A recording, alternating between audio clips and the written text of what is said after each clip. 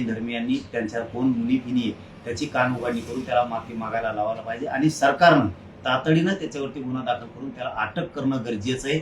नसता त्या मुनीला खूप वाईट परिणामाला सामोरं जावं लागणार आहे. हे मात्र त्या कोण मुनी फिनी आहे त्यांनी लक्षात ठेवावं. तुला इतकं नीट करणार ना आम्ही, तू आमच्या महाराणी ताराराणी साहेबांना जर वाईट वाईट बोलतो ना तर तुला इतकी वाईट वेळ भोगायला लावणार आहेत आम्ही. तू जर माफी मागितली नाही ना तर तुझ्यावरती खूप वाईट वेळ आम्ही आणणार आहेत. आणि फडणवीसांना सांगतो, कठोर कडक कारवाई करू, त्याला तातडीनं गुन्हा दाखल करून त्याला सरकारनं अटक करावी ही देवेंद्र फडणवीसांना मागणी आहे.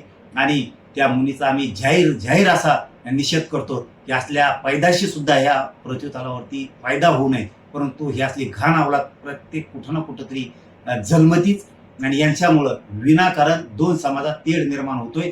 जैन बांधवांनी सुद्धा हे समजून घेणं गरजेचं आहे की त्या मुलीला ठेप्यावरती आणा, नसता सामना आमच्या संघ त्याचा. महाराणी साहेबांचा अवमान केला जातोय.